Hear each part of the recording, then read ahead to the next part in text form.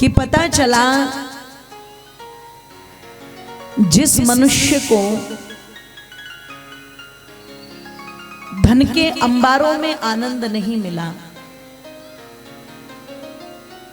जिस मनुष्य को बड़े बड़े साधनों में आनंद नहीं मिला,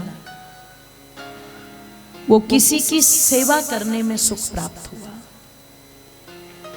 और ये जीवन की हकीकत है। इसलिए मैं कहती हूं कि इस बात को अगर जीवन के अंत में समझा तो क्या समझा। इस बात को अगर समझना है तो हम पहले से समझ करके चले, एक बैलेंस बना करके चले कि एक तरफ हमारा आर्थिक मार्ग है वो भी उन्नति को प्राप्त होता रहे, और दूसरी तरफ हमारा जो धार्मिक मार्ग है उसकी भी उन्नति धीरे धीरे होती रहे। और समझदार व्यक्ति, बुद्धिजीवी व्यक्ति वही है जो दोनों का बैलेंस साथ बना करके चलता है। इसलिए मैं कह दूं आप लोगों के मध्य में, परमपिता परमेश्वर कहते हैं ऐसा मनुष्य फिर बंधनों में बंधता नहीं।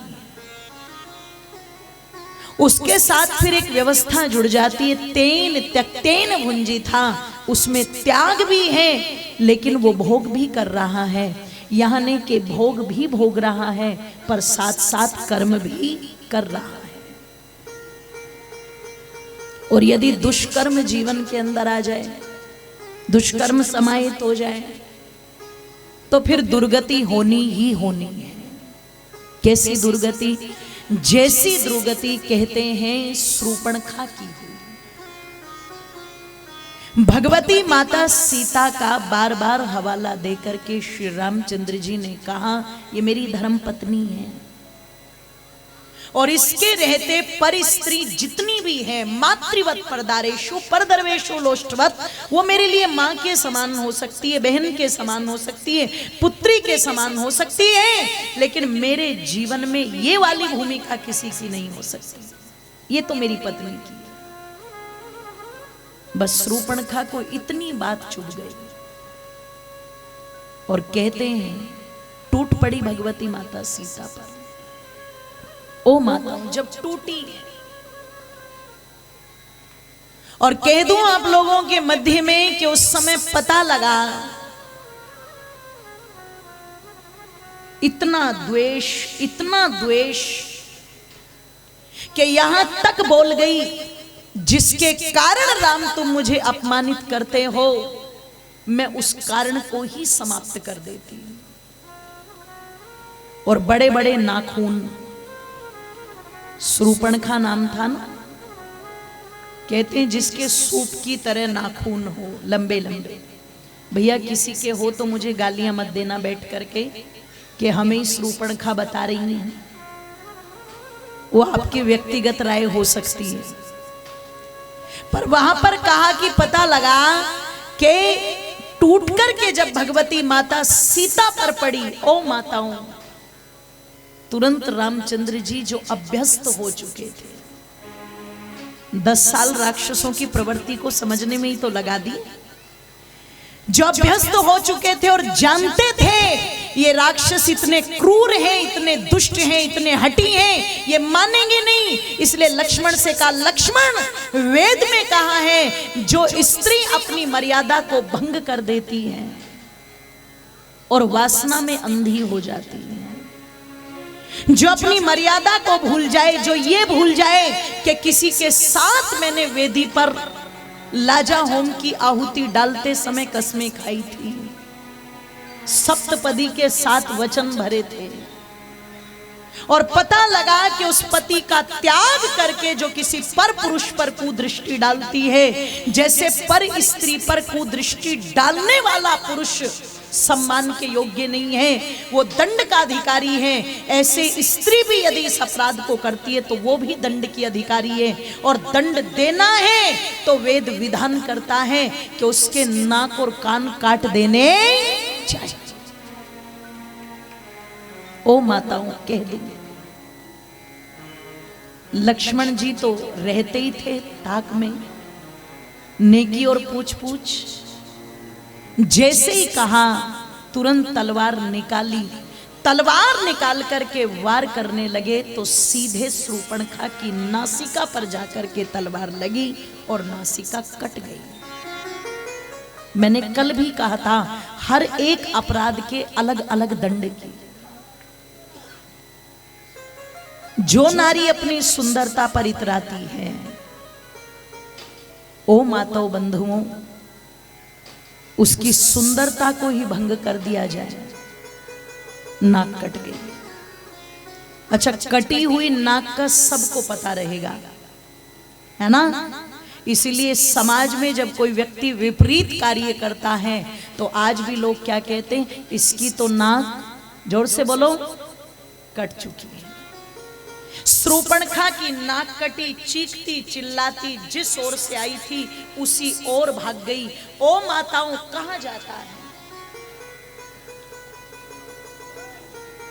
कि पता चला जाकर के शूर्पणखा सीधे कहां पहुंची, अपने भाइयों के पास, खरोड़ दूषण के पास। और खरोड़ दूषण के पास जाकर के क्या कहती है, महर्षि वाल्मीकि जी लिखते हैं,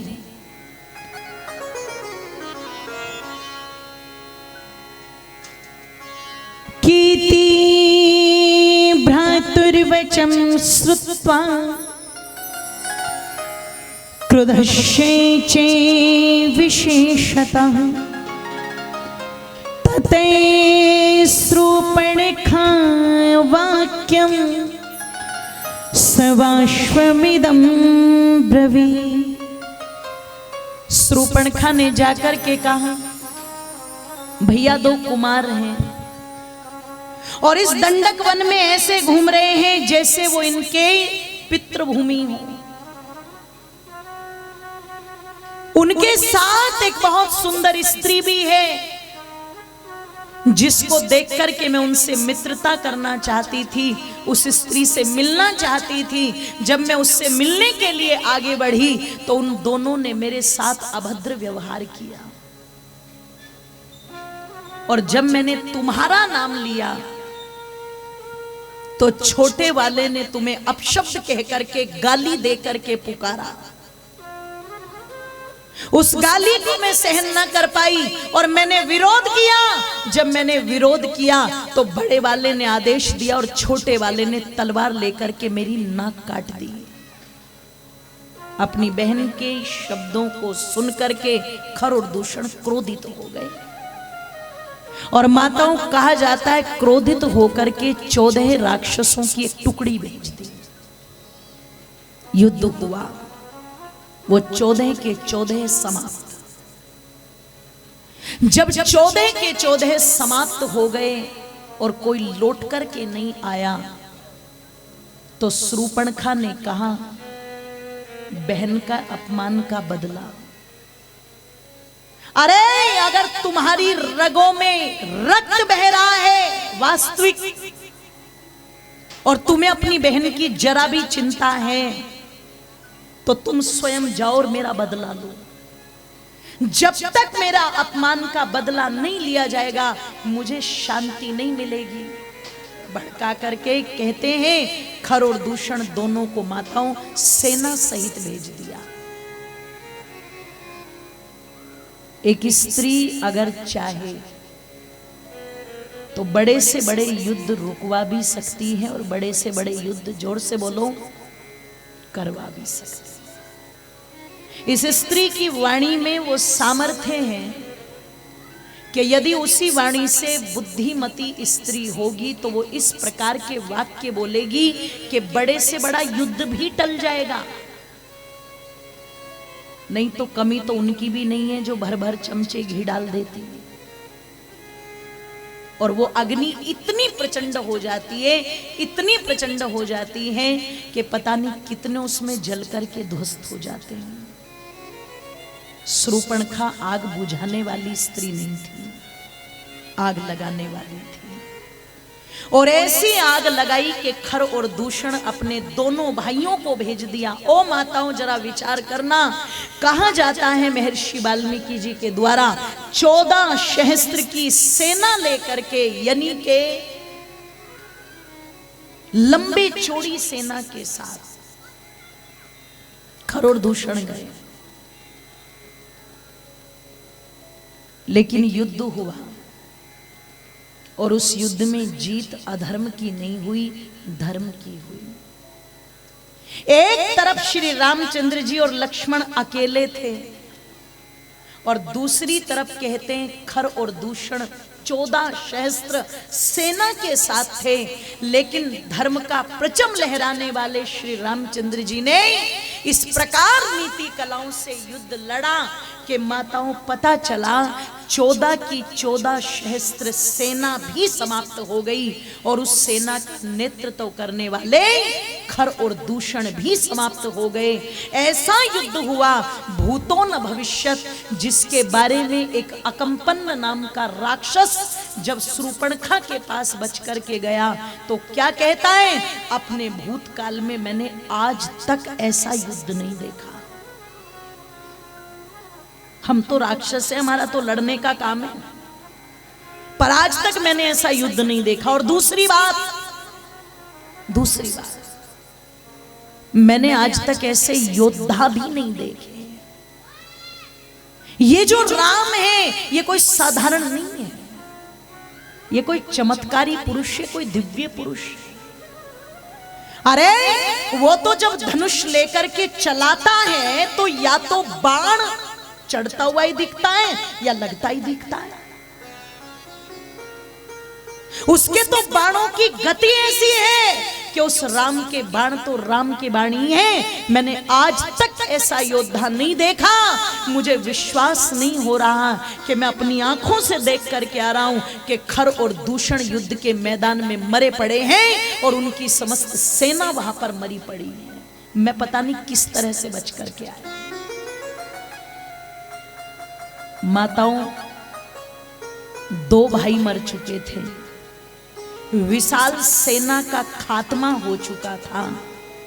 किसी में थोड़ी सी भी बुद्धि होती तो शायद रुक जाती, पर ये द्वेष की अग्नि ऐसी होती है, एक बार अगर किसी के अंदर जल जाए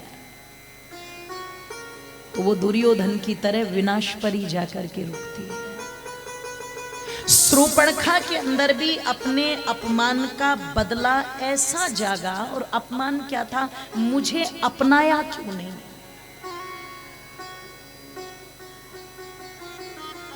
अच्छा, वर्तमान में क्या है, मेरी ये बात मानी क्यों नहीं गई।